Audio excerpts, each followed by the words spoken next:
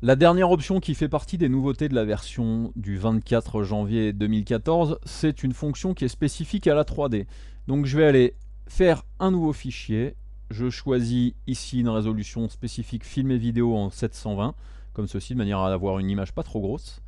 Et ensuite, je vais aller dans 3D. Je vais faire nouveau calque 3D à partir d'un fichier. Et je vais aller récupérer, donc dans le tuto Photoshop qu'on avait fait ici, donc le panda, comme ceci. Donc quand vous importez un fichier 3D, ici ce que vous pouvez faire, c'est par exemple choisir l'unité en centimètres de la scène. Donc je vais choisir par exemple que l'unité en centimètres, ce soit une unité de 20 centimètres. Je fais OK, comme ceci. Là en gros Photoshop est en train de me dire que je suis en train de passer dans l'espace de travail 3D, et oui, je veux bien passer dedans. Donc je vais prendre mon outil de rotation de caméra, je vais tourner un peu. Donc là ici j'ai mon fichier 3D qui a été importé, comme ceci. Par contre il est noir, donc quand vous importez des fichiers 3D, c'est souvent ce qui se passe. En fait il faut aller dans les propriétés de la 3D ici et venir cliquer pour activer ici la lumière, puisque elle n'est pas forcément active dans les fichiers. Ensuite je vais juste réorienter ma lumière comme ceci. Ensuite, sur mon fichier ici, j'ai envie de recharger la texture qui lui est attachée.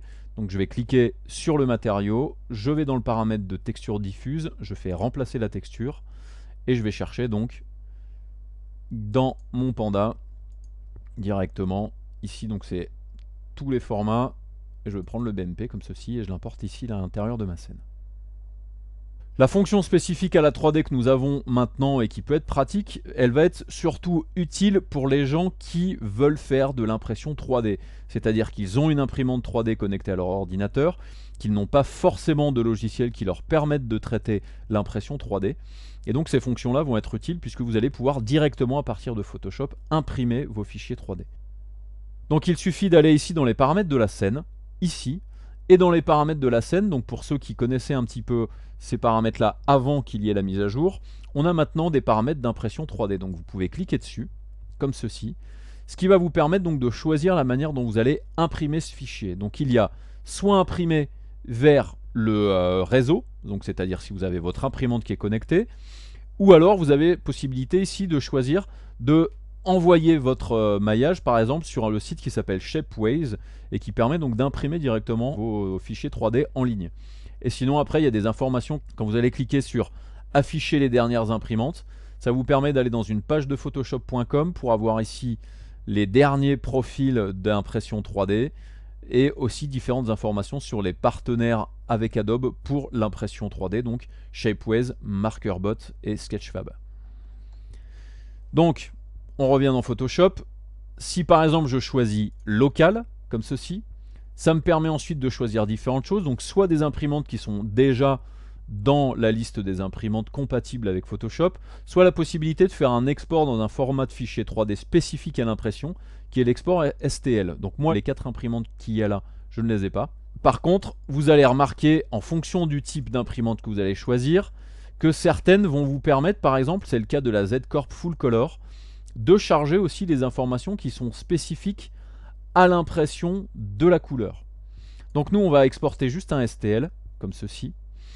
Ensuite on a moyen ici de choisir le type d'unité vers lequel on va aller, et donc ça nous permet en fait de voir en gros quelle va être la taille de notre fichier une fois imprimé. Donc moi comme j'ai choisi d'avoir une unité de la scène à 20 cm, on a donc à peu près une taille de 20 cm dans notre scène. Donc ensuite on peut choisir donc pixels, centimètres, millimètres, etc., etc. Ensuite ici vous avez le choix du niveau de détail ici de l'impression.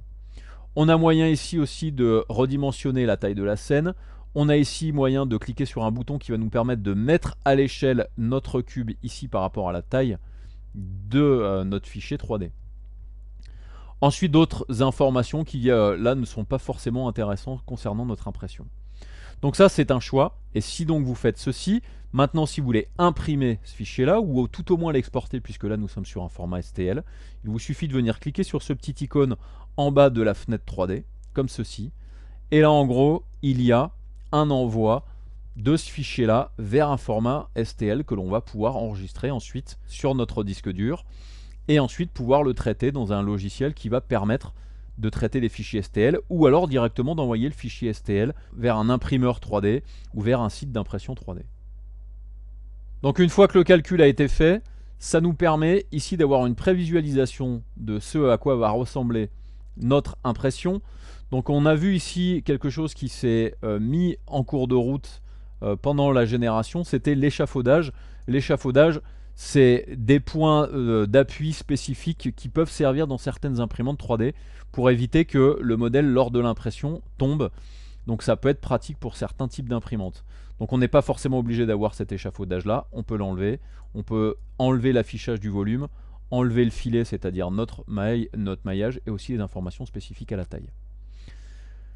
Ensuite, une fois que c'est fait, il suffit juste de cliquer sur exportation, comme ceci, et après donc vous allez exporter directement le fichier STL, donc je vais l'appeler Panda, comme ceci, et je fais enregistrer, et donc là il y a exportation du fichier 3D.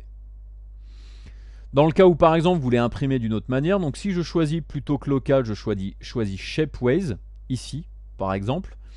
La petite chose intéressante quand vous choisissez l'option Shapeways, c'est qu'ici vous avez le choix du type de matériau que vous allez imprimer avec Shapeways. Donc vous avez le choix de différents matériaux qui vous permettra donc d'avoir des coûts plus ou moins élevés aussi sur la fabrication. Donc plusieurs choses comme ceci. On peut essayer par exemple le bronze, etc., etc. Donc quand vous choisissez un type d'impression dans ce genre-là et qu'après vous cliquez sur imprimer, donc il y a le même calcul d'exportation qui est fait. Alors, une fois qu'il a fini le calcul, vous pouvez avoir en fait ce genre de message-là, c'est-à-dire que comme le site donne des informations sur le coût de l'impression, on a ce message d'alerte de Photoshop qui nous dit qu'en gros le coût estimé peut être différent du prix d'achat final. Donc je fais OK. Donc là j'ai un petit peu le même genre de visualisation que ce que j'avais tout à l'heure, avec par contre quelque chose d'un tout petit peu différent au niveau de la prévisualisation. En fonction de la matière que vous allez choisir, vous allez avoir donc des résultats qui vont être différents. Vous aurez aussi des résultats qui seront différents en fonction du niveau de détail que vous avez choisi. Et pendant que le calcul se faisait et que je vous ai laissé pendant le calcul, je suis allé changer le niveau de détail au niveau moyen, puisque le calcul était un petit peu long. Donc au niveau moyen, forcément, ici on a un résultat qui est un petit peu moins lisse que ce que l'on avait là. Bien entendu, la géométrie que j'utilise, c'est une géométrie qui est normalement une géométrie de jeu vidéo, donc elle est relativement basse résolution. Avec une géométrie plus haute résolution, on aura de bien meilleurs résultats. Une fois que ça c'est fait, vous cliquez sur exportation, comme ceci. Donc je vais cliquer aussi et exporter donc mon fichier STL chez Shapeways, comme ceci. Je fais enregistrer. Ensuite, quand on a choisi Shapeways, ici en gros on nous dit que pour terminer le processus de la commande, on doit télécharger le fichier sur Shapeways. Et donc en gros, si vous voulez aller sur Shapeways, il suffit de faire oui. Et du coup là ça vous charge la page spécifique à Shapeways, comme ceci. Donc il vous suffit d'avoir sur ce site là un profil, donc moi j'en ai un. Ensuite il vous suffit en gros de venir choisir le fichier que vous devez exporter vers votre site. Donc le shapeways.stl.zip, puisque c'est ce qu'on vous demande chez Shapeways, c'est un zip, comme ceci. Et après il vous suffit donc de faire upload, et donc l'upload va se réaliser. Donc la durée du téléchargement va forcément dépendre du poids du fichier. Alors quand le fichier est fini de télécharger, vous avez donc une fenêtre de prévisualisation ici comme ça qui vous permet de voir votre modèle, de tourner autour, etc., etc. Vous avez ensuite différentes choses, par exemple quelque chose qui va vous permettre ici de faire un update du fichier par exemple.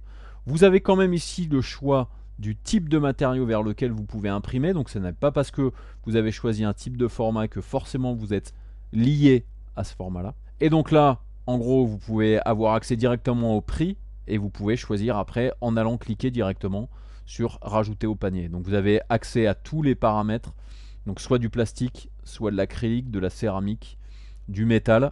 Donc là après sur le métal vous voyez qu'on est sur des choses qui sont relativement chères, hein, 2000 $, c'est pas donné.